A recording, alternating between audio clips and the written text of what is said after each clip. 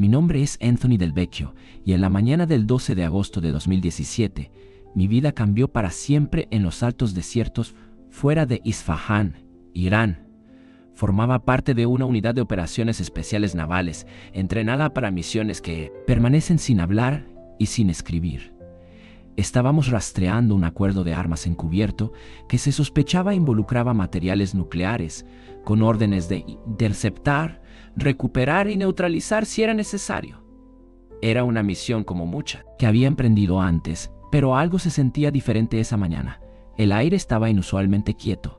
Mi rifle parecía más pesado, e incluso los guerreros experimentados a mi alrededor estaban inusualmente callados, como si la atmósfera misma nos advirtiera que este día no era como ningún otro. Nuestro convoy se movió bajo la cobertura de la noche, y recuerdo haber pensado cuán pacífico parecía el mundo a través de la visión térmica, solo siluetas rojas y negras moviéndose en silencio.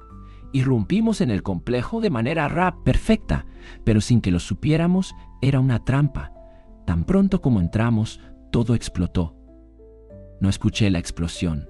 Un momento estaba caminando y al siguiente había presión, un grito posiblemente el mío y luego silencio. Sentí el calor antes de ver la luz, consciente de que había sido alcanzado. Pero el dolor se sentía distante, como si estuviera bajo el agua. Luego vino la sensación de flotar. Es difícil de describir sin sonar loco, pero se sentía como si me estuviera despegando de mi propio cuerpo, elevándome fuera de mi forma rota. Abajo vi caos, humo, gritos, mis hermanos arrastrándome, pidiendo a gritos un médico. Vi mi propio rostro, ensangrentado y polvoriento, con la boca abierta, pero no tenía miedo. Me sentía libre. Floté sobre la escena. Y el ruido abajo se volvió amortiguado, como si una fuerza invisible me estuviera atrayendo hacia arriba. Cuanto más alto iba, más oscuro se volvía, no una oscuridad aterradora, sino un vacío tranquilo, como cerrar los ojos bajo el agua.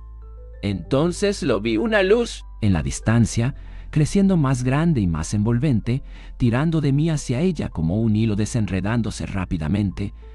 No sé cuánto tiempo estuve en ese túnel, o si siquiera era un túnel. Se sentía como el espacio plegándose sobre sí mismo, y yo estaba atrapado en el medio. Cuando emergí al otro lado, todo cambió. Lo que me recibió no era el cielo que había imaginado, no había puertas doradas ni nubes esponjosas. Era un campo aparentemente interminable, brillando con una luz que no proyectaba sombras. La hierba zumbaba como si me cantara. Cada brizna brillando con inteligencia. Miré hacia abajo y me di cuenta de que no tenía cuerpo, al menos no como antes. Era yo, pero no hecho de carne. Sentí mis pensamientos, mi corazón, mis miedos, todo al descubierto. Pero también sentí una paz inigual. Entonces apareció él. No lo vi acercarse. Simplemente estaba allí. En el momento en que lo miré, caí de rodillas, si es que se puede llamar así. Su presencia era innegable. Jesús. No necesitaba preguntar. Simplemente lo necesitaba preguntar. Simplemente lo sabía. Sus ojos eran como galaxias, infinitos pero familiares, sin juicio, solo tristeza. Sentí que me hablaba, aunque su boca nunca se movió. Has visto demasiado. Llevas dolor, pero hay más que mostrarte. Quería quedarme en ese lugar para siempre. En la paz, la luz, la música de la creación misma se sentía como en casa. Pero él extendió la mano y tocó lo que creo que era mi hombro, y de repente el campo se desvaneció.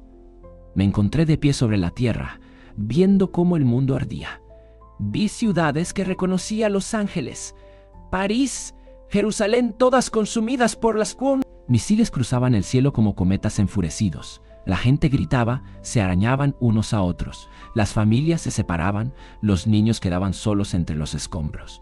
Peor que la destrucción era el vacío sin amor en sus ojos. Solo miedo y rabia. Entonces vino un sonido, una voz como trueno envuelto en fuego. No Jesús, sino algo más grande que el cielo. Este es el camino de los orgullosos, dijo. El mundo sin mí. La visión se grabó en mi alma. Una advertencia que no podía dejar de ver. Luego volví al campo, jadeando, sollozando, roto. Jesús me miró y sentí el peso de su tristeza. Debes regresar, dijo. Adviérteles. Tienen poco tiempo. Supliqué quedarme, permanecer en esa paz. Pero sus ojos dijeron que no. Fuiste hecho para esta hora, susurró. Ahora ve. Desperté en un hospital militar en Ramstein, Alemania, rodeado de cables y máquinas. No recuerdo la evacuación en helicóptero, ni el vuelo en avión. Los médicos me dijeron que había estado sin pulso, sin respirar durante casi 6 minutos. Por toda lógica, no debería estar aquí, pero lo estoy, y no puedo sacudirme lo que vi. Esa primera semana de regreso no podía hablar. Solo miraba por la ventana, atormentado por los gritos de las ciudades en llamas, por la voz que tronaba, juicio, por los ojos de Jesús suplicándome que les hiciera entender. Mis hermanos me visitaron algunos heridos, otros caminando bien, pero ninguno sabía lo que había visto. Intenté explicárselo una vez a mi oficial al mando. Asintió cortésmente y me dijo que tenía suerte. Pero esto no era suerte, era una asignación divina. Intenté volver al entrenamiento, preparándome para el redespliegue, pero cada vez que cerraba los ojos, veía la tierra abriéndose como una fruta podrida. Comencé a tener visiones mientras estaba despierto, transmisiones de noticias que repetían escenas que ya había visto en ese lugar.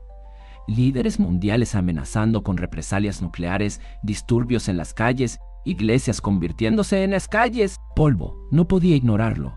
Así que renuncié a mi comisión, me alejé de la única vida que había conocido.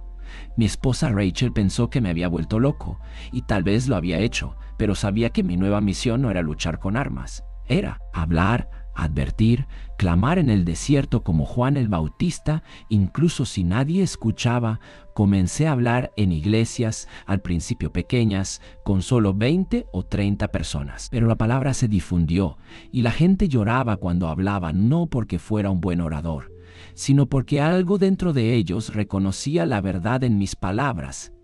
La misma tristeza que Jesús llevaba, el peso de ver al mundo destruirse a sí mismo, es algo que ahora llevo todos los días y se vuelve más pesado con cada año que pasa. Estamos al borde no solo de la guerra, sino de la extinción espiritual, y la mayoría de nosotros estamos dormidos. Lo que más me rompe es nuestra ceguera. Vemos las señales: terremotos, plagas, disturbios políticos, odio multiplicándose como bacterias en nuestros corazones y lo llamamos normal. Pasamos por imágenes de niños muertos y seguimos al siguiente video de baile. Hemos convertido la insensibilidad en un mecanismo de supervivencia y temo que esa insensibilidad nos cueste todo. En mis visiones vi iglesias en llamas, no solo literalmente, sino espiritualmente. Vi hombres y mujeres sentados en bancos, mientras lobos se paraban detrás de los púlpitos. Vi cruces reemplazadas por pantallas, altares convertidos en escenarios, y la palabra de Dios retorcida en eslóganes motivacionales. Y sobre todo, escuché llanto, ángeles lamentando lo que se había convertido la novia. No solo estamos a la deriva, estamos corriendo hacia la oscuridad, pero hay esperanza. Siempre hay esperanza. En ese campo donde conocí a Jesús, lo sentí como un pulso, el latido de la redención. Si nos volvemos, si oramos, si despojamos nuestro orgullo y caemos de rodillas, todavía hay tiempo. Por eso estoy aquí, por eso hablo. No porque quiera atención, no porque disfrute revivir ese horror, sino porque debo hacerlo. Porque sí, incluso una persona escucha esto y regresa a Dios. Entonces el dolor de recordar habrá valido la pena. No fui enviado de regreso para construir una marca o vender libros. Fui enviado de regreso para pararme en la brecha y clamar. Y estoy clamando ahora. Arrepiéntanse, despierten. La tormenta no está por venir, ya está aquí, y no es solo una guerra de naciones. Es una guerra por tu alma, y el único refugio se encuentra en Cristo. No esperes a que el desastre golpee antes desastre, golpea antes de reconocer lo que ya se avecina en el horizonte. Después de dejar el ejército, intenté volver a una apariencia de vida normal, pero rápidamente me di cuenta de que lo normal ya no tenía ningún significado para mí. No podía dejar de ver las cosas que había presenciado, la mirada en los ojos de Jesús. El juicio atronador desde arriba, o la vista de ciudades, nuestras ciudades, envueltas en llamas debido a su rebelión. Me mudé de regreso a Pensilvania, donde Rachel y yo habíamos construido nuestra vida juntos antes de que los despliegues me llevaran por todo el mundo. Sin embargo, incluso la tranquilidad de nuestro pequeño pueblo se sentía ensordecedora, como si el silencio me estuviera gritando. No podía dormir. Permanecía despierto por la noche escuchando sirenas fantasma y viendo nubes en forma de hongo cada vez que parpadeaba. Rachel intentó ayudar, haciéndome té, sosteniendo mi mano, susurrando oraciones. Pero incluso ella podía sentir que no estaba realmente presente. Me sentaba en el porche durante horas, mirando el cielo, esperando a algo que no podía nombrar. Comencé a escribir en un diario, páginas llenas de pensamientos, recuerdos y escrituras, en un intento de dar sentido a la carga que llevaba.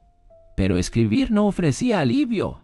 Luego, una noche, tuve otra visión. No estaba completamente dormido, atrapado en ese espacio intermedio, medio despierto, medio en otro lugar. Me encontré de nuevo en el túnel, pero esta vez no estaba solo. Detrás de mí escuché gritos, cientos, tal vez miles, suplicando ayuda, misericordia. Cuando me giré, los vi cayendo a través de la oscuridad, brazos extendidos hacia la luz pero sin llegar a alcanzarla. Estaban tan cerca. Si hubiera tenido un segundo más, podría haber agarrado a uno, pero no pude. Me desperté jadeando, empapado en sudor, dándome cuenta de que esto no había terminado. Mi experiencia en ese campo no fue un mensaje de una sola vez. Era una misión de por vida. Los gritos que escuché no eran simbólicos, eran almas reales, personas al borde de la eternidad, y me habían enviado de regreso para advertirles. Comencé a compartir mi historia en línea, no por seguidores, sino por desesperación. Si incluso una persona que miraba era una de esas voces que escuché en mi sueño. Tenía que intentarlo, tenía que lanzarles un salvavidas antes de que fuera demasiado tarde. Dejé de preocuparme por las opiniones de los demás. Antiguos compañeros de equipo se reían. Extraños me acusaban de mentir. Algunos incluso decían que estaba poseído o delirante. Pero nada de eso importaba porque había mirado al rostro de Jesús y me habían dado una misión. Ninguna cantidad de ridículo me silenciaría ahora. Alrededor de ese tiempo, conocí al pastor Elijah Monroe, un hombre mayor con cabello plateado y ojos cansados que había visto uno de mis testimonios en línea y se acercó con un mensaje simple. Te creo. Eso fue todo lo que decía. Sin largas explicaciones, sin invitación, solo esas 3 palabras.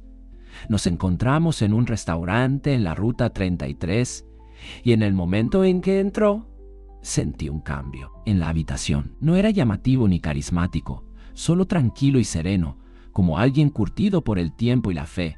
Nos sentamos uno frente al otro en una cabina de vinilo rojo y antes de que la camarera trajera nuestro café, dijo: ¿Lo viste, Edward? Asentí, apenas capaz de hablar. Me dijo que había estado orando para que alguien se levantara y advirtiera a la gente, no alguien religioso, sino alguien real, alguien que hubiera visto el fuego. Esa conversación se convirtió en reuniones semanales y esas reuniones se convirtieron en un pequeño ministerio, no una iglesia, solo reuniones de personas hambrientas de algo más, de verdad.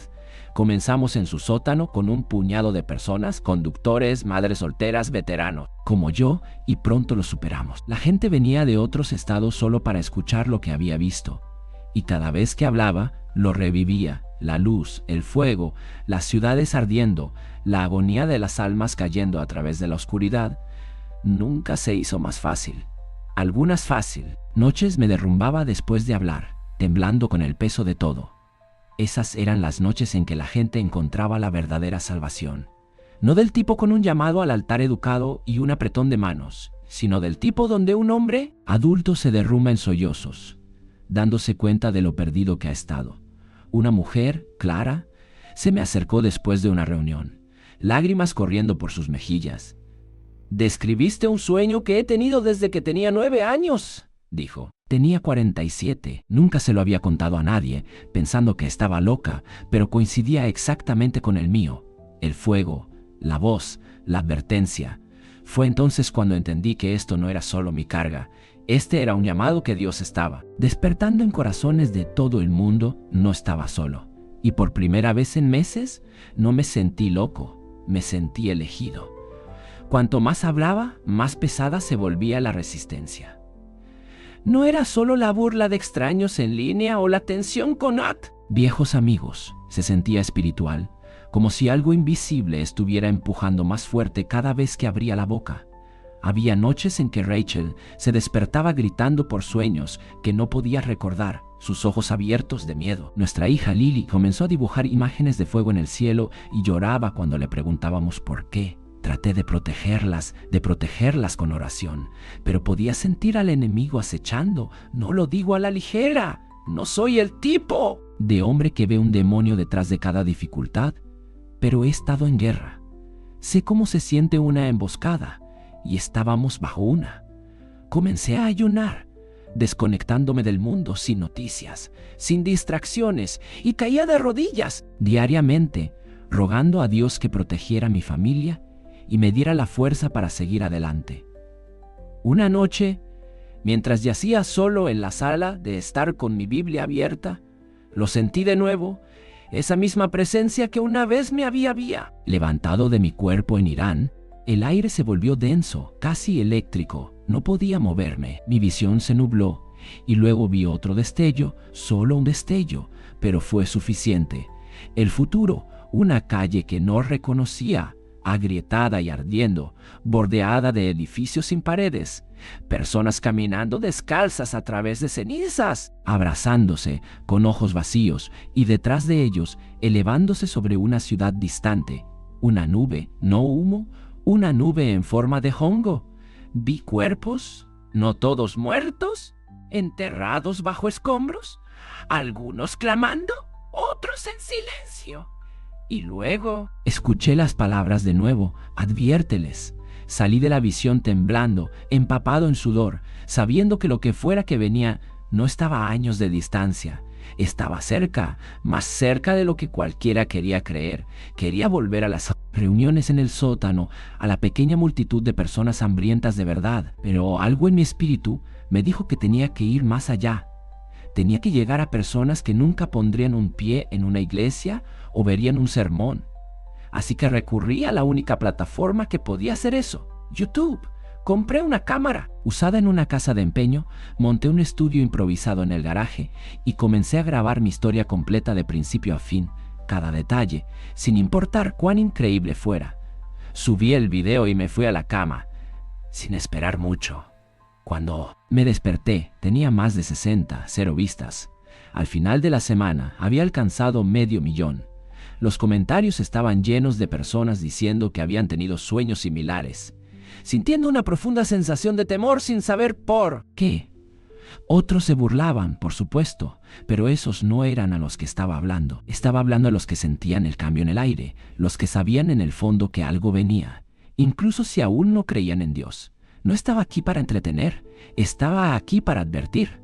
A medida que pasaban los meses, el peso de los meses que me habían mostrado no se desvanecía, se volvía más nítido, más claro, como si Dios estuviera revelando lentamente más de la imagen. Comencé a soñar en capas.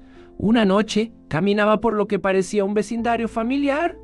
Filas de casas, niños jugando, buzones al final de los caminos de entrada. Pero algo estaba mal. No había sonido, no había pájaros, no había viento, no había voces. Caminé por la calle y cada casa que pasaba tenía sus ventanas oscurecidas, cortinas corridas, puertas cerradas. Y luego noté a las personas dentro. Estaban sentadas en sofás, comiendo comida, mirando pantallas de televisión, pero sus ojos estaban vacíos, completamente blancos, como si la luz se hubiera apagado en ellos. Traté de gritar y golpear para despertarlos, pero era como si no pudieran verme. De repente, escuché un estruendo desde el cielo. Mirando hacia arriba, vi oscuridad rodando como una tormenta. No nubes, sino un vacío. Una ola negra que se extendía de horizonte a horizonte. A medida que se acercaba, las personas permanecían inmóviles, pegadas a sus pantallas, ajenas. Cuando la ola golpeó, toda la calle desapareció. Me desperté jadeando por aire. Y esa noche, Escribí una frase que aún cuelga sobre mi escritorio. Están dormidos mientras comienza la guerra. Ese sueño me destrozó de una nueva manera, revelando que la advertencia no era solo sobre fuego nuclear o ciudades colapsando. Se trataba de una ceguera espiritual que ya había infectado a millones. Nos han adormecido en la insensibilidad, distraídos y entretenidos hasta la decadencia espiritual. Cuando finalmente caiga la oscuridad, muchos ni siquiera se darán cuenta de que está allí hasta que sea demasiado tarde. Antes de continuar, solo una solicitud. Por favor, suscríbanse a nuestro canal. Realmente nos ayuda a seguir adelante. Comencé a compartir este mensaje más fervientemente en transmisiones en vivo y en entrevistas, en cualquier lugar que me permitiera hablar. Algunas iglesias cerraron sus puertas para mí después de que lo compartí. Un pastor me dijo: estás asustando demasiado a la gente. Eso no es el evangelio. Pero lo miré a los ojos y le dije: si la gente no tiene miedo de estar separada de Dios, entonces les hemos fallado. El evangelio es una buena noticia. Sí, pero solo brilla intensamente cuando entiendes la oscuridad de la que nos rescata. Había visto esa oscuridad, sentido su aliento, y sabía que estaba rodeando el mundo como un depredador en la hierba alta. Ya no tenemos el lujo de la comodidad. Hemos pasado de eso. Ahora es el momento de la verdad, sin importar lo duro que golpee. Recuerdo la primera vez que alguien se acercó para decirme que mi video le había salvado la vida. Su nombre era Brian Torres, un exmédico del ejército al borde del suicidio. Me envió un correo electrónico a las 3 de la mañana, simplemente titulado: "Me detuviste". En su mensaje, explicó que había estado sentado al borde de su cama con un arma en su regazo, cuando el algoritmo de YouTube, o tal vez algo divino, colocó mi testimonio en su pantalla. Lo hizo clic por aburrimiento o tal vez desesperación. Para cuando describí haber conocido a Jesús en ese campo resplandeciente, estaba de rodillas, sollozando. Dijo que no eran solo las palabras, era la presencia detrás de las palabras. Algo entró en esa habitación y le recordó que importaba. Terminó el correo electrónico con una frase que nunca he olvidado: no me salvaste, Dios lo hizo, pero usó tu dolor para traerme de vuelta. Lloré cuando lo leí. Lloré como no lo había hecho en años, porque fue entonces cuando realmente lo entendí. Esto no se trataba solo de advertencias, fuego y juicio.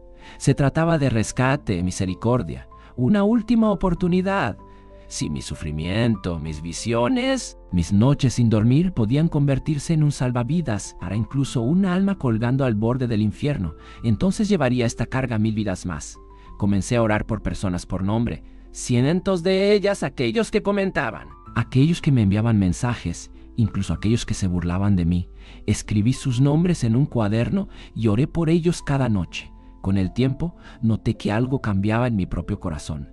Dejé de sentirme enojado con el mundo. Comencé a sentirme desesperado por él. Ya no quería justicia, quería misericordia. Quería ver las llamas apagarse y a la gente correr de nuevo a los brazos del Padre.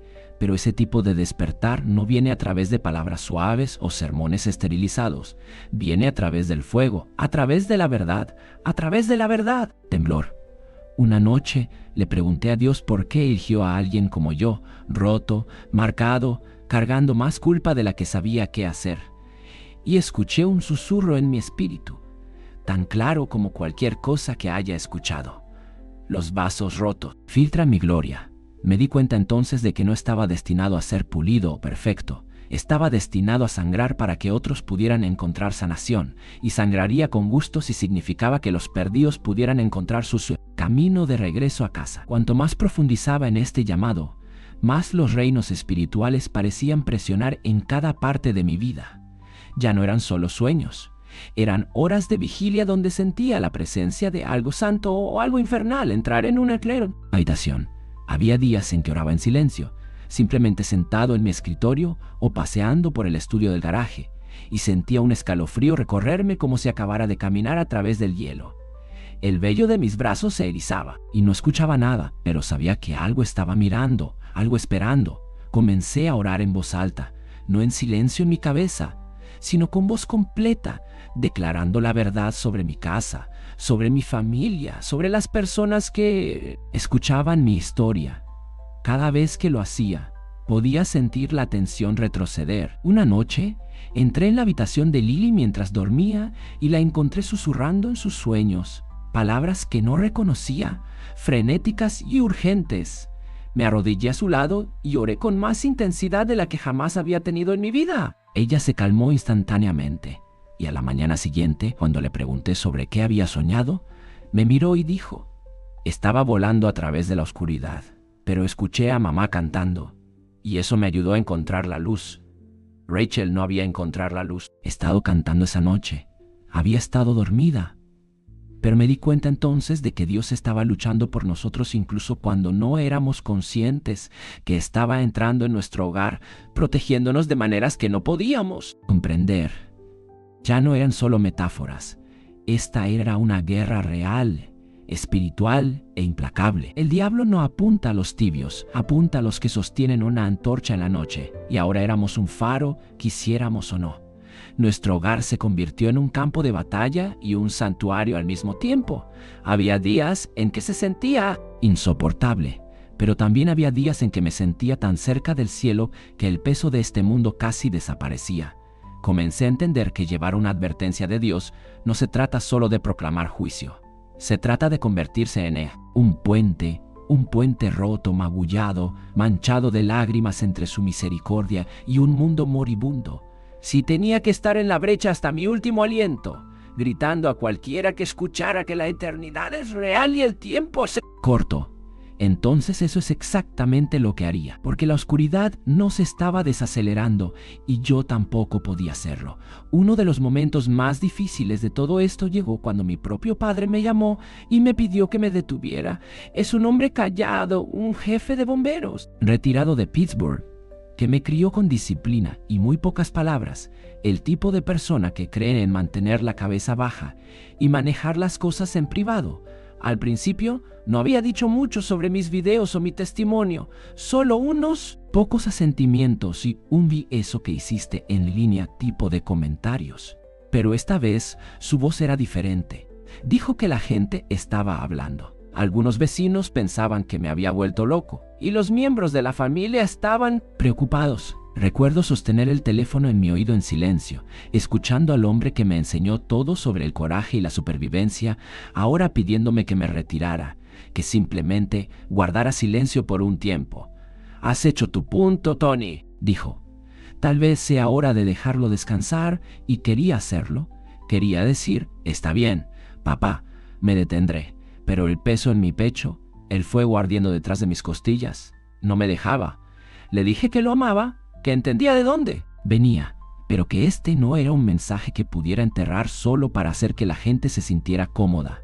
No están listos, le dije, y la mayoría de ellos no lo estarán hasta que sea demasiado tarde. Hubo una larga pausa en la línea. Luego dijo algo que nunca olvidaré. «Solo prométeme que no te perderás en todo esto». No tuve el corazón para decirle que ya lo había hecho, que el hombre que era antes de morir en Irán ya no existía, que algo había cambiado tan violentamente dentro de mí, que nunca encajaría de nuevo en el mundo de la misma manera. Colgué el teléfono y lloré más fuerte de lo que había llorado en años, no porque él no me creyera, sino porque me di cuenta de lo fácil que es para las personas, incluso las buenas personas, perderse lo que Dios está haciendo cuando no viene. Envuelto en un paquete ordenado y respetable, los profetas nunca fueron populares. Juan el Bautista vivía en el desierto comiendo langostas. Jeremías lloraba en las calles mientras su ciudad se burlaba de él. Incluso Jesús enfrentó el rechazo en su propia ciudad natal. Así que, ¿por qué debería esperar algo diferente? Esa noche entré en mi sala de oración, me acosté boca abajo en el suelo y repetí una súplica. «Dios, no me dejes retroceder. No me dejes guardar silencio. No ahora. No con este fuego aún ardiendo dentro de mí». Sentí su respuesta. «No en ardiendo dentro de mí» palabras, sino como una oleada de fuerza, una corriente profunda que se elevaba en mi espíritu, instándome a levantarme y seguir adelante. Unos meses después, fui invitado a hablar en una gran conferencia en Dallas. Más grande que cualquier cosa que hubiera hecho antes. Miles de personas, asientos de estadio, luces brillantes y equipos de cámaras esperaban. Casi no fui. sintiéndome incómodo con plataformas tan pulidas. Pero después de orar, el Señor me concedió paz. Así que fui. Mientras volaba hacia allá, mi corazón latía con fuerza y le pedí a Dios repetidamente que despojara cualquier orgullo, que me mantuviera humilde y roto para que su voz fuera la única escuchada. Cuando subí a ese escenario, la atmósfera cambió. Mis rodillas se sentían débiles, no por miedo, sino por la abrumadora sensación de que el cielo estaba mirando y esperando. Compartí mi historia, desde la misión en Irán hasta la explosión, el túnel de luz, el fuego y el rostro de Jesús. La arena estaba en silencio, ni una tos ni un zumbido de teléfono, mientras la gente se inclinaba. Sus almas hambrientas de verdad sentían que el mundo estaba al borde de algo masivo e irreversible. Hablé de la advertencia, las ciudades en llamas, los niños llorando, las iglesias dormidas y las voces perdidas en la oscuridad. Luego compartí la parte más difícil. Jesús lloró. Antes de seguir, solo un pedido: suscríbete al canal. Eso nos ayuda mucho a continuar. En el momento en que Él me mostró toda la devastación y el juicio, no se quedó atrás con ira en sus ojos. Lloró por aquellos que lo ignoraban, por aquellos que perecerían en su orgullo, por aquellos demasiado insensibles para mirar hacia arriba. Esa revelación rompió algo en la sala. Sollozos se elevaron como una ola a través de la multitud. Hombres adultos de rodillas, mujeres llorando, personas enterrando sus cabezas en sus manos, deshechas. No necesitaba llamar a la gente al altar. Vinieron corriendo antes de que pudiera terminar.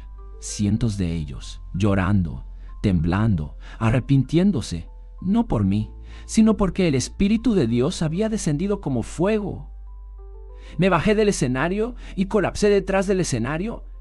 No por agotamiento, sino por asombro, susurrando entre lágrimas: gracias, Señor, gracias por no rendirte con nosotros, porque esa es la verdad, Él no lo ha hecho. No importa cuán lejos caigamos, Él sigue extendiendo la mano, incluso ahora, incluso en esta hora oscura.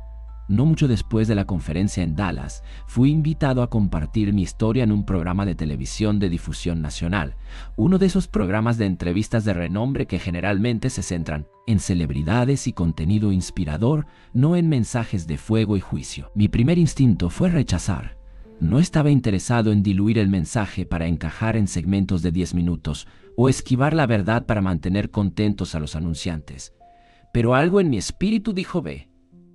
Así que fui, brillante y frío, todas luces LED y cámaras en brazos robóticos. El presentador era educado y encantador, pero podía decir que no estaba preparado para lo que estaba a punto de decir. Entonces, Anthony, comenzó: tuviste una experiencia bastante intensa, ¿no? Dices que moriste en el extranjero y viste. ¿Qué exactamente? Se rió como si fuera entretenimiento. En ese momento, miré directamente a la cámara. No a él, no al equipo, sino al lente, y hablé no al estudio, sino a las almas al otro lado de la pantalla. Les hablé de las ciudades, el fuego, el juicio que viene. No porque Dios sea cruel, sino porque nos hemos alejado tanto de su misericordia que la justicia es todo lo que queda. Hablé del Salvador llorando y el sonido de las almas gritando. Mientras caían en la oscuridad, dije: si estás viendo esto ahora mismo, no es por accidente, estás siendo advertido, aún tienes tiempo, pero ese tiempo se está acabando. El presentador intentó llevar la conversación a un terreno más seguro, mencionando el poder del pensamiento positivo, pero no lo dejé. Dije: esto no se trata de positividad, se trata de la eternidad, y la gente necesita saber que Dios no está jugando. La oscuridad es real y viene más rápido de lo que pensamos. Ese segmento nunca se emitió. Me dijeron que no encajaba en su dirección, pero no importó. Al salir del estudio, una joven del equipo, no mayor de 22 años, corrió hacia mí con lágrimas en los ojos. Eso fue para mí, dijo. He estado pensando en terminar con todo, pero Lolos, ¿qué dijiste? Sentí algo. Ni siquiera sé por qué estoy llorando. La abracé como si fuera mi propia hija y oré por ella allí mismo en el pasillo. Esa única alma hizo que todo el viaje valiera la pena. Y eso es lo que he aprendido una y otra. ¿Ves? En este llamado, Dios no necesita una multitud, moverá el cielo por una oveja perdida. Pienso en los rostros a menudo, no en los de las multitudes o en las pantallas, sino en los que vi en la visión, los que caían. Todavía puedo escucharlos incluso ahora. El silencio era engañoso. No había sonido en ese vacío oscuro, pero sus rostros gritaban, sus ojos suplicaban, sus manos se extendían a través de sombras que los tragaban demasiado rápido. Recuerdo cuán impotente me sentí, cómo extendí la mano hacia ellos con todo lo que tenía, pero ya estaba siendo arrastrado por la luz. Esa impotencia permanece conmigo. Por eso no puedo parar. Por eso no pararé, no importa cuán cansado esté, porque esos rostros no son metáforas. Son personas reales, hijos, hijas, esposos, madres, personas que rieron y lloraron y trabajaron de 9 a 5 y tenían canciones favoritas. Personas que estaban vivas un momento y luego se fueron. El mundo intentará insensibilizarnos a esto. Nos lanzará dopamina y distracciones hasta que estemos caminando dormidos a través del fuego, pretendiendo que no olemos el humo. Pero no puedo fingir. Vi lo que viene. Vi a lo que nos dirigimos, no religión, no tradición, no gestión del comportamiento. Solo Él, crudo, santo, innegable. Vi el poder en sus ojos y la tristeza en sus lágrimas. Y vi la urgencia en su voz cuando dijo, regresa. Eso nunca fue una sugerencia, fue un mandato, una súplica. Y lo tomé en serio. Así que si estás escuchando esto, si has escuchado mi historia hasta el final, este es tu momento, tu invitación, tu advertencia, porque no sabes cuántos días te quedan. Ninguno de nosotros lo sabe. El temblor ya ha comenzado. El fuego no está lejos. Y si no sabes dónde estás con Dios, entonces ahora es el momento de caer de rodillas y clamar por misericordia. Él no está lejos. Está justo ahí con los brazos abiertos, pero debes elegir no mañana, no después de la próxima distracción. Ahora, porque te prometo, cuando esa ola de oscuridad venga, no esperará a que decidas, y para entonces puede ser demasiado tarde. Vuélvete a Él mientras aún puedas, corre hacia el único que puede salvarte, y cuando lo hagas, no te lo hagas, guardes para ti. Advierte a otros, cuenta tu historia, usa tu aliento mientras lo tengas, porque este no es solo mi llamado, es el tuyo también, y la hora es más tarde de lo que pensamos. Si esta historia ha despertado algo en tu alma, no lo ignores, cae de cara ante Dios, arrepiéntete, ora, y si has sentido su presencia a través de estas palabras, comparte este mensaje. Alguien que amas puede ser la próxima alma al borde del abismo. No dejes que caigan sin luchar.